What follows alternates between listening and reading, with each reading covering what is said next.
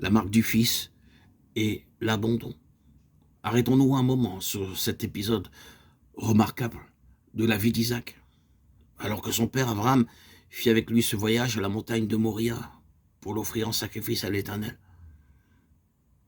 Je pense que nous avons ici une des plus belles révélations de ce que représente Isaac. Mon père, voici le feu et le bois, mais où est l'agneau pour l'Holocauste? Mon fils, Dieu se pourvoira lui-même de l'agneau pour l'Holocauste. Genèse 22, 7, 8. Dieu a ses yeux sur Isaac. Isaac est choisi par Dieu. Isaac doit satisfaire Dieu dans cette question. Ce qui est en vue, c'est quelque chose qui soit pour Dieu, pour le plaisir de Dieu, pour la satisfaction de Dieu. Isaac est dans cette ligne. Le moment arrive où Isaac est saisi du fait que c'est lui qui sera l'offrande. Subitement peut-être, ou en chemin, en approchant de l'autel, Abraham lui apprend. Mon fils, l'Éternel a fait de toi l'offrande. Puis le moment arrive où Isaac doit être lié. Que personne ne pense qu'Isaac était à ce moment-là un petit enfant sans force. Il est devenu un jeune homme. Son père est un homme très âgé et, si pour parler naturellement, Isaac avait voulu se rebeller, Abraham aurait été impuissant. Isaac aurait pu très facilement se dégager de son père. Mais nous ne trouvons aucun signe, aucune suggestion de quelque chose de ce genre. Ce jeune homme, dans la force de sa jeunesse, se laisse lier et placer sur cet autel. Et il permet à ce couteau d'être levé et virtuellement plongé dans son corps.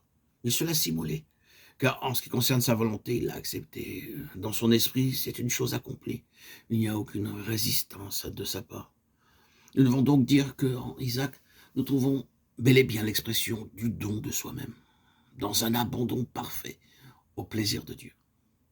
Et ici est l'illustration de l'état de fils. C'est l'état de fils.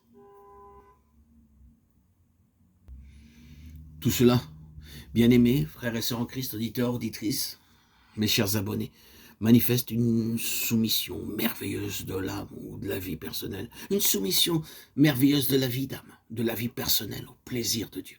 Ah, écoutons celui qui l'a dit. Personne ne me l'ôte, mais je la donne de moi-même. Jean 10, 18. Et celui qui avait prononcé ces paroles se tourna ensuite vers ses disciples et leur dit, celui qui aura conservé sa vie d'âme la perdra, et celui qui aura perdu sa vie d'âme à cause de moi la retrouvera. Matthieu 10, 39. C'est Isaac, c'est le fils. Oh, l'état de fils, quel abandon il signifie, quelle soumission il demande, quelle attitude semblable à celle de l'agneau il représente. Oh Dieu se pourvoira lui-même de l'agneau. Genèse 22, 8. Vous nous saisir si l'état de fils se développe en nous, s'il y a en nous un accroissement du Fils de Dieu.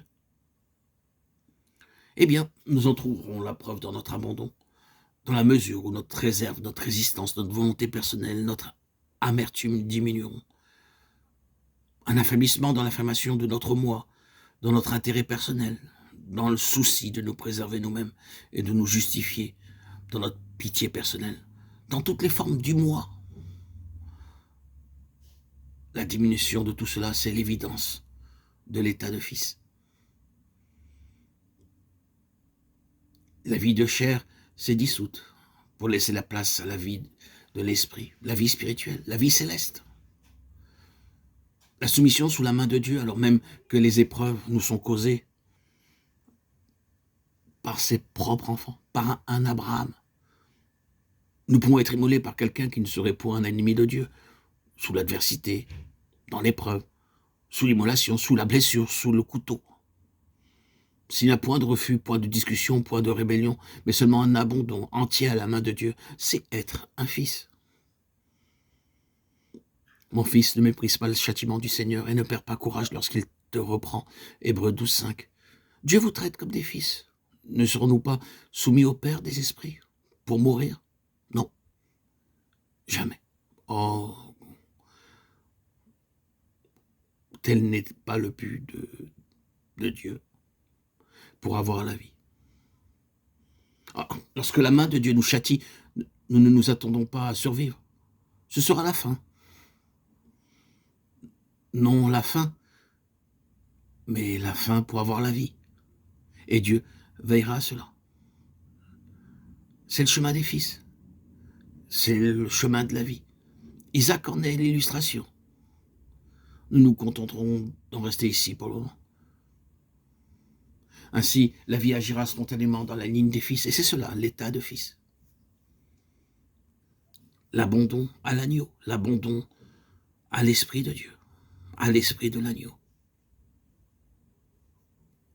C'est vivre en tant que fils, en tant qu'enfant de Dieu,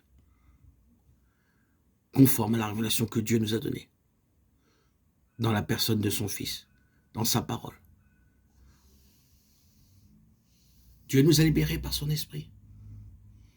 Et nous témoignons, nous, ses enfants, ses fils, de cette délivrance.